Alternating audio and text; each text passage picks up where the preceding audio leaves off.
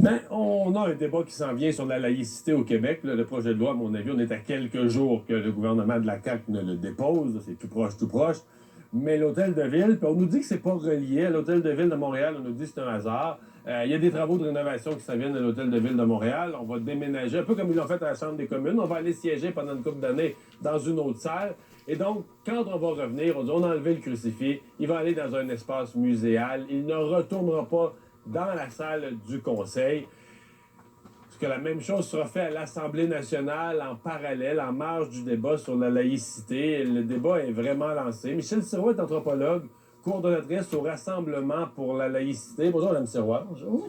Est-ce que vous vous réjouissez de la décision annoncée hier à la Ville de Montréal? C'est mitigé. Dans le sens que j'ai l'impression que c'est important, effectivement, le crucifix est un objet patrimonial. Il ne devrait pas être au-dessus de toutes les lois démocratiques il y a une contradiction dans le message. Par contre, à la Ville de Montréal, je crois que ils n'ont pas compris ce qu'était le projet de la laïcité. C'est un projet de société globale. Alors, comment concevoir quelque chose de cohérent à la Ville de Montréal, enlever ce qu'il y a sur les murs, mais laisser sur les personnes les signes religieux?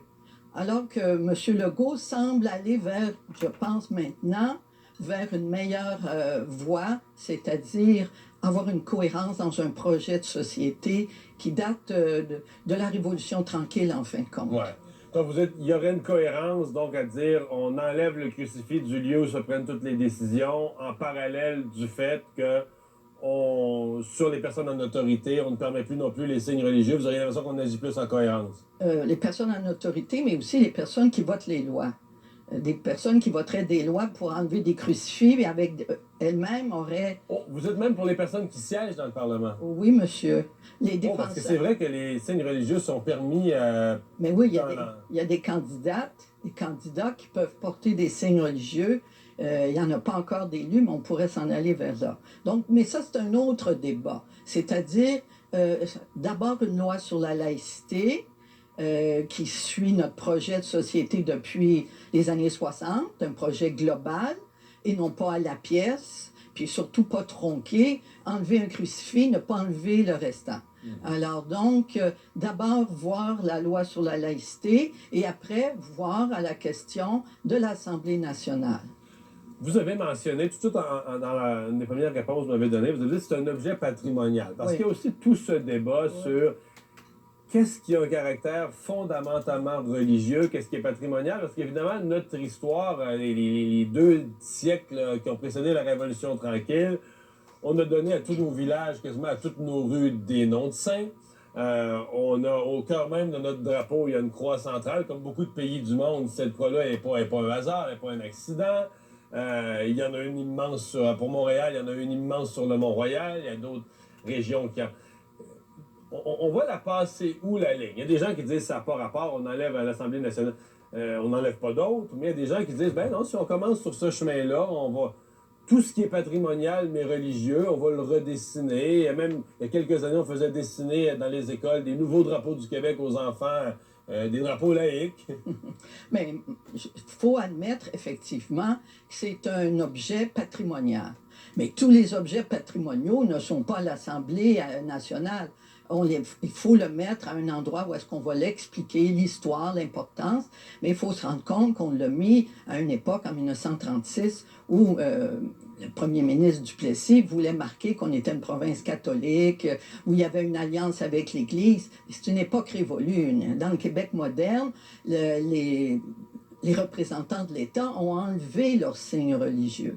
À l'Hôtel de Ville, on disait même qu'il avait été mis dans les textes pour rappeler aux élus ce qui devait les guider. Oui, c'était Dieu qui était supposé les guider, mais tout le monde n'a pas les mêmes croyances. C'est ça la laïcité. La laïcité, c'est l'ouverture à toutes les convictions spirituelles. Que les gens croient à ce qu'ils veulent ou qu'ils ne croient pas, qu'ils soient athées, agnostiques ou peu importe leur religion, ce qui est important, c'est de respecter la liberté de conscience, notamment à l'école. Alors donc, le projet de M. Legault est important parce qu'il dit que c'est important, s'il y a des signes religieux, pour les personnes en autorité coercitive, les policiers, etc., juges, ben, les enfants sont aussi importants. Pourquoi il n'y aurait que ceux qui font affaire à la justice? Donc vous dites l'inclusion des enseignants est importante pour vous. Oui, parce que la crispation autour du crucifix est venue, entre autres, en 2008, avec le rapport Bouchard-Taylor. Quand M. Taylor et Bouchard ont publié le 22 mai 2008 leur rapport, ils disaient enlever, débarrasser les murs des crucifix, notamment à l'Assemblée nationale, et puis laisser entrer les signes religieux sur les personnes. Ben, les Québécois ont senti un profond sentiment d'injustice, qu'il y avait des privilèges religieux.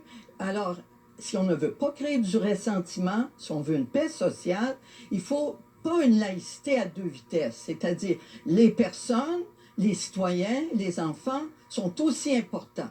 Et des compromis, on n'est pas un Québec intolérant comme on laisse entendre dans le Canada anglais. En fait, on est la seule province qui a renoncé, les catholiques et les protestants en 1997 ont renoncé à des droits constitutionnels. Il n'y a personne d'autre au Canada qui a fait ça. Le volet des commissions scolaires. Exactement. En disant, plus de commissions scolaires confessionnelles, catholiques, protestantes, on s'ouvre à la diversité des croyances et des non-croyants. On s'ouvre et on fait ça sur une base linguistique. Ben, la laïcité, c'est pas rien qu'une question de compromis, c'est un projet de société qui doit être vu de façon globale et non pas la pièce comme la mairesse de Montréal semble le voir. On enlève le crucifix, mais elle veut garder les conseillers avec des signes religieux. Alors donc, il n'y a pas que les institutions, les murs, les personnes qui entrent en contact avec les citoyens sont sinon plus importants. Et pour les enfants, les enseignants, les profs sont les premiers qui regardent toute la journée, ils regarderaient des signes religieux, le crucifix, ils ne le regardaient pas.